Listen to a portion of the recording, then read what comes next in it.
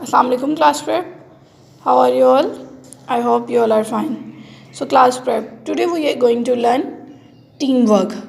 What is teamwork and how many way of teamwork, and is it good to work in a team or different questions. So आज हम करेंगे question number 2. Question number 2 is list 2 ways of team work. Team work में काम करने के कोई से 2 तरीके बताएं. टीम वर्क में काम करने के कोई से 2 तरीके कौन से हैं? And the answer is number 1 class project और नंबर 2 प्लेइंग क्रिकेट.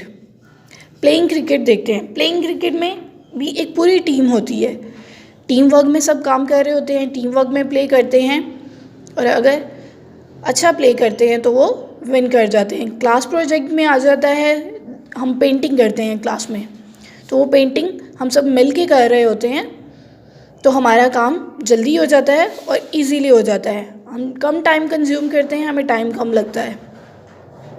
सो आपने क्वेश्चन नंबर 2 अच्छी तरह से लर्न करना है.